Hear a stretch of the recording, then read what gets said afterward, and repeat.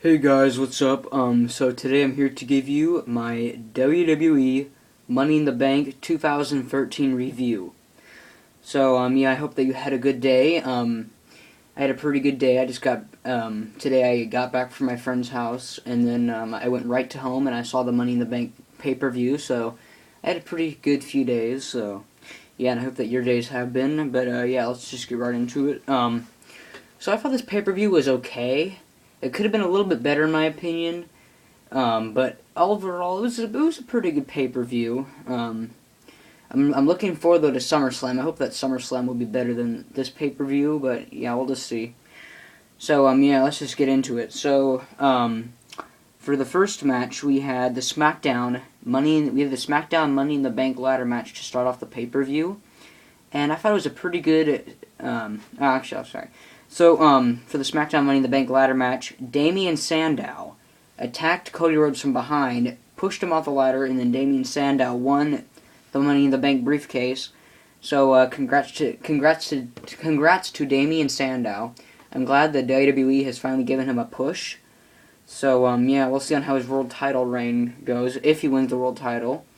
But, it was a good ladder match to start off the pay-per-view, so I gave this ladder match a 3.5 out of 5 stars.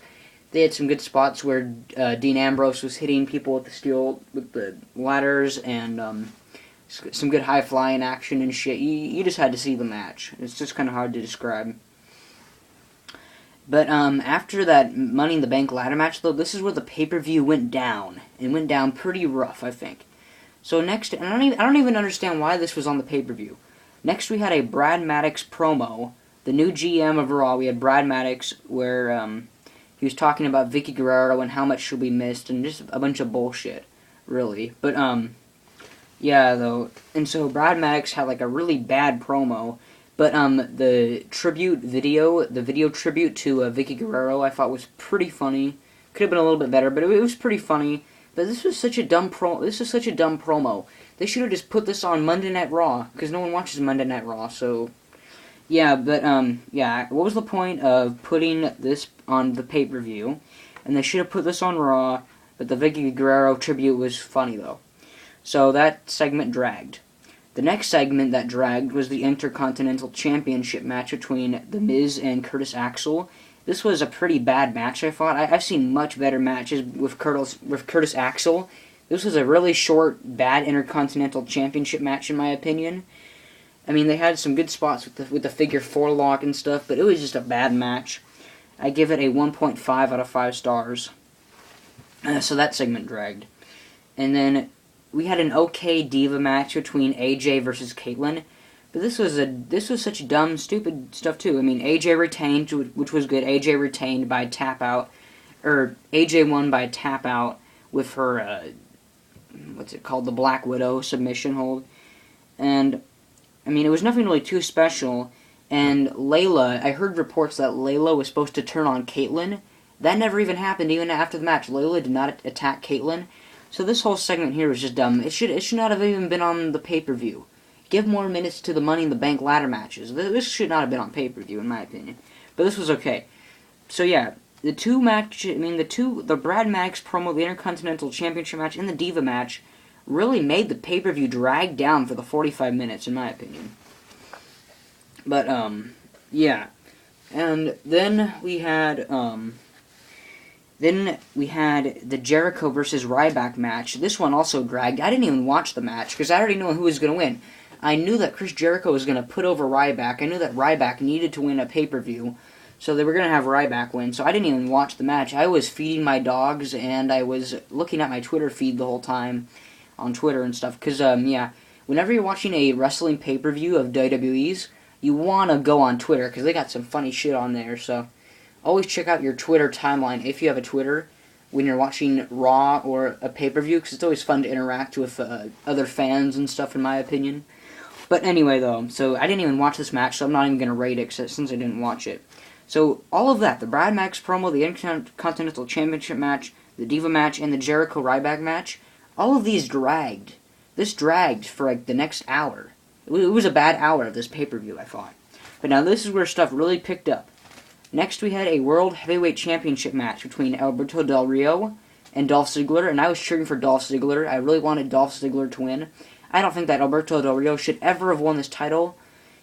Alberto Del Rio is so boring, but yeah, though. So I just thought that Dolph Ziggler should have won, but that was just my opinion. But anyway, though, Alberto Del Rio won because AJ Lee came out during the match and distracted Dolph Ziggler, costing Dolph Ziggler the match, and so Alberto Del Rio won, and so yeah, it was a pretty good match, I thought, even though Dolph Ziggler did not win. It was a pretty good match, and I thought it was interesting on how AJ cost Ziggler the match, his world title match. So now I believe that this is where it'll get interesting, because I think that AJ now will start to date Big E Langston, which is a little awkward. And then Big E Langston will have a feud with Dolph Ziggler, I have a feeling. But we'll just see on how this all plays out. So for that World Heavyweight title match, I gave it a 3 out of 5 stars. Now let me get a water break real quick here.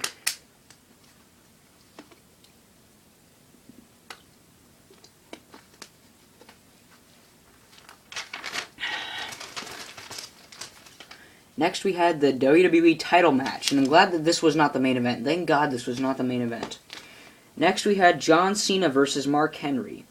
And it was an okay match. It could have been better. And, of course, as we all knew, John Cena won, but he won by tap-out via the STF that he has. He put Mark Henry in the STF for a second time and made him tap out. I mean, it was an okay match, but in my opinion, though, Mark Henry should have won. It's basically the same Super Cena shit that we've seen for years now. So they should have had Mark Henry won.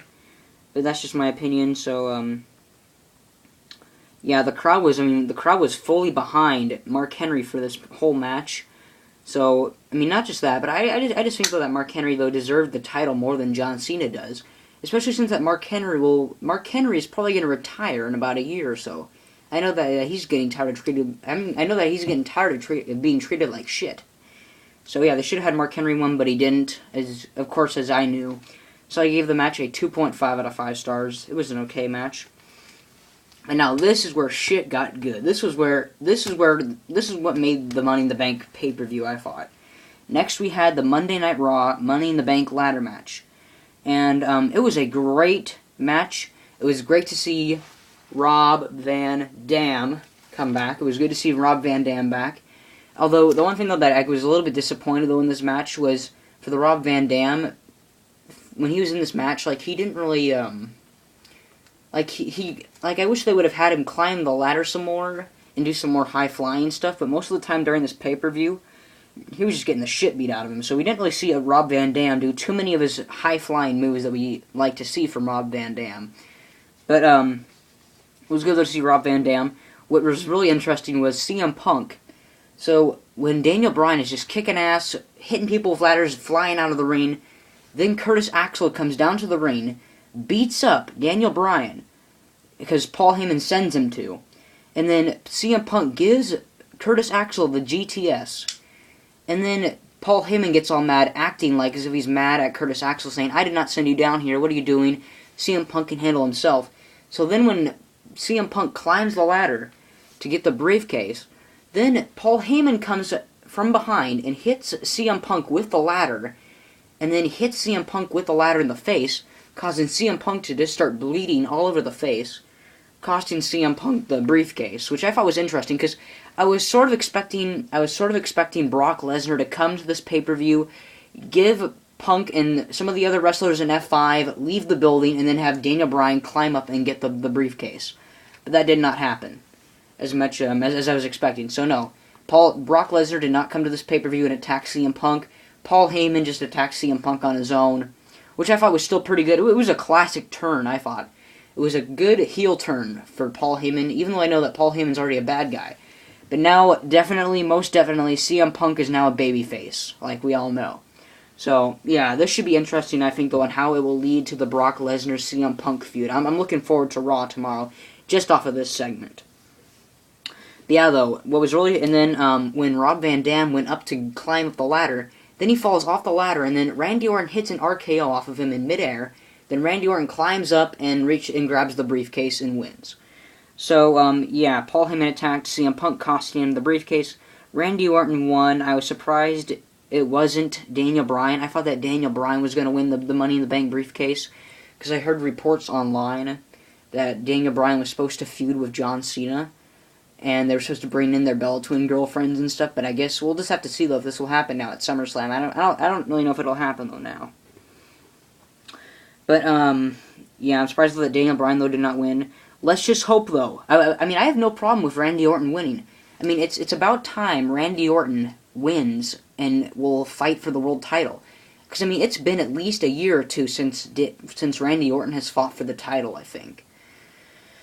So, yeah, let's just hope that Randy Orton now will turn heel. Let's hope that Randy Orton will face John Cena, beat John Cena, punt John Cena in the head, make John Cena be out for a few months, let John Cena have a vacation, have Randy Orton turn into a bad guy. That would be good shit to watch on TV. But, yeah, though, let's just hope, though, now that Randy Orton will turn heel. And it was nice to see RVD, Rob Van Dam, back in the WWE. It was an awesome Money in the Bank ladder match, I thought, even though Daniel Bryan did not win. And I just hope that Randy Orton turns heel on Cena, and Daniel Bryan will become the champion, the WWE champion, sooner or later. So I gave that Raw Money in the Bank ladder match a 5 out of 5 stars. So for this whole pay-per-view, all in all, I thought it was an okay pay-per-view. Hang on, let me get some more water. I just don't want to talk too fast.